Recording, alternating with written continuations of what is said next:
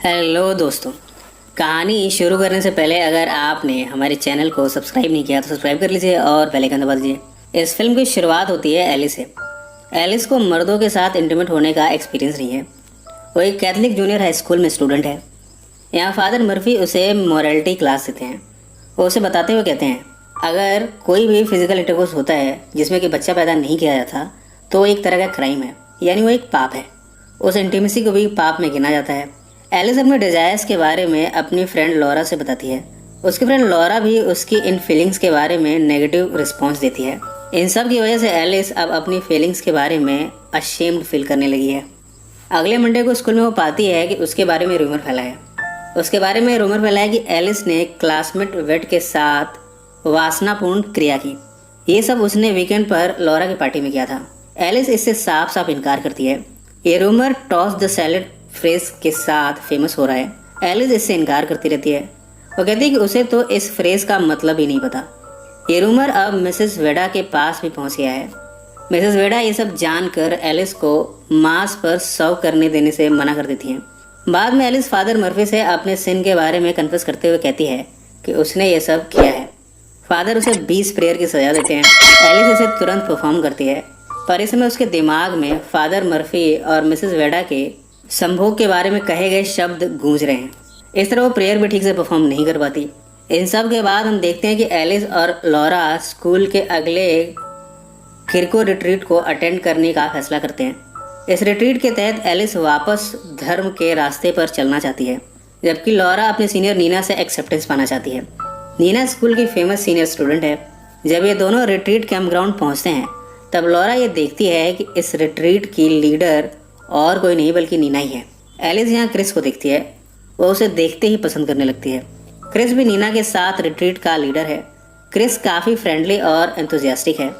इसके बाद हम देखते हैं कि एलिस को क्रिस के ग्रुप में असाइन कर दिया गया है। अब धीरे धीरे दोनों में बॉन्डिंग शुरू होती है। आज की रात एलिस अपने सेलफोन के कॉन्ट्राबैंड पर खेल रही है। वो फ़ोन के वाइब्रेशन को महसूस करती है। उसके दिमाग में आता है कि इस फ़ोन के वाइब्रेशन से वो खुद के डिज़ायर को सेटिस्फाई कर सकती है। वो ऐसा करने जाती है, पर तभी उसकी नज़र जीसस क्राइस्ट की स्टैचू पर जाती है और वो ये ख्याल छोड़ देती है। रिट्रीट के अगले दिन एलिस क्रिस के नज़दीक जाने का बहाना ढूंढती है। वो एक इंजरी को फिक करती है। इसके बाद उसे क्रिस के नज़दीक जाने का बहाना मिल ही जाता है। नीना एलिस का फ़ोन जब्त कर लेती है। फादर मर्फी को एलिस के डिज़ायर के बारे में पता चलता है। वो उसे रिट्रीट हाउस के आसपास क्लीनिंग करने का ड्यूटी देते हैं। जब एलिस अकेले में होती है वो फादर मर्फी के ऑफिस कंप्यूटर को देखती है। वो AOL चैट रूम में लॉगिन करती है। इस चैट रूम में वो पूछती है कि टॉसिंग द सैलेड का मतलब क्या है, पर इससे पहले कि उसे कोई जवाब मिल पाए उसे किसी के फुटस्टेप की आवाज़ सुनाई देती है। जल्दबाजी में वो कंप्यूटर को शट ऑफ करती है और यहाँ से चली जाती है। वो नीना के पास जाती है। नीना वेट के साथ हुए इंसिडेंट के बारे में उसे मजाक भरे लहजे में बात करती है। मजाक में वो एलिस को गिल्टी भी बताती है। रिट्रीट के अगले दिन फादर मर्फी अपने कंप्यूटर पर हुए चैट के बारे में सबसे पूछते हैं। कोई भी स्टूडेंट इसकी जिम्मेदारी नहीं लेता। इन सब के बाद वो एलिस से कन्फेस करने को कहते हैं कि उसने वेट के साथ एक क्राइम किया है। एलिस कहती है कि उसने कुछ भी नहीं किया। फादर मर्फी उसकी बातों पर यकीन नहीं करते। एलिस इसके बाद वेड को कन्फ्रंट करती है। वो कहती है तुमने इस र्यूमर को फैलाया था। वेड इससे साफ इनकार कर देता है। वो यहाँ से चला जाता है। एलिस को फिर से क्लीनिंग ड्यूटी मिली है। ड्यूटी के दौरान वो नीना को किसिंग करते हुए देखती है और फिर संभोग क्रिया करते हुए देखती है। वो देखती है कि नीना के साथ इस समय सीनियर लीडर वुड्स है। एलिस इन सब के बारे में लॉरा से शेयर करती है। लॉरा एलिस की बातों का यकीन नहीं करती।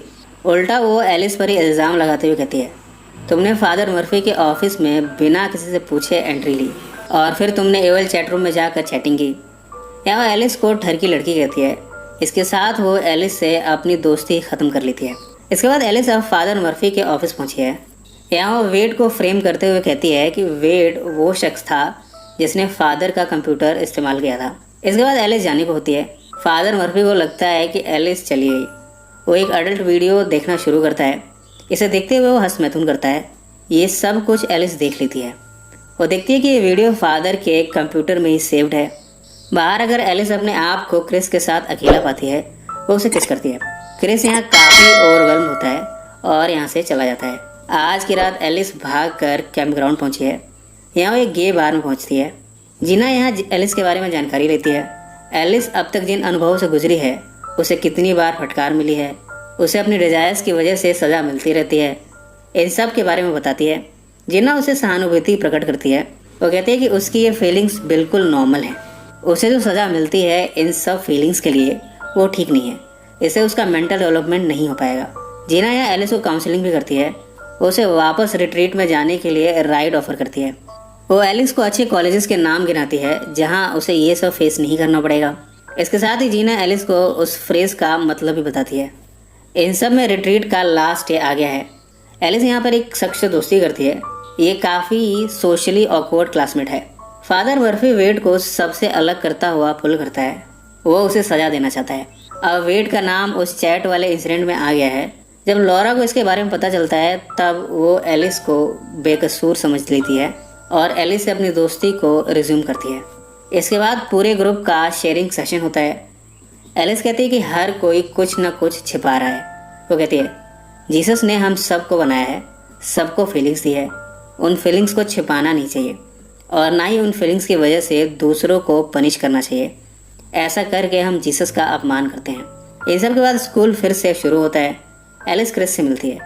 वो उसे कहती है कि अगर क्रिस इतना अनकंफर्टेबल है उसके साथ तो दोनों सिर्फ दोस्त ही बने रह सकते हैं। क्रिस उसकी बात को कबूल कर लेता है। अब एलिस काफ़ी बदल गई है। अब वो काफ़ी कॉन्फिडेंट रहती है। फादर मर्फी से वो बिना नाम लिए कहती है कि उसने रिट्रीट के दौरान किसी को वीडियो के सामने हस्तमैथुन करते हुए देखा था। फादर मर्फी से 100 प्रेयर्स की सज़ा देता है। एलिस इस सज़ा को कबूल नहीं करती। बिना इसे फॉलो किए ही वो वापस घर आ जाती है। यहाँ वो टाइटैनिक मूवी के एक सीन को देखती है। इसे देखते हुए वो हस्तमैथुन करती है और ये फिल्म यहीं समाप्त हो जाती है।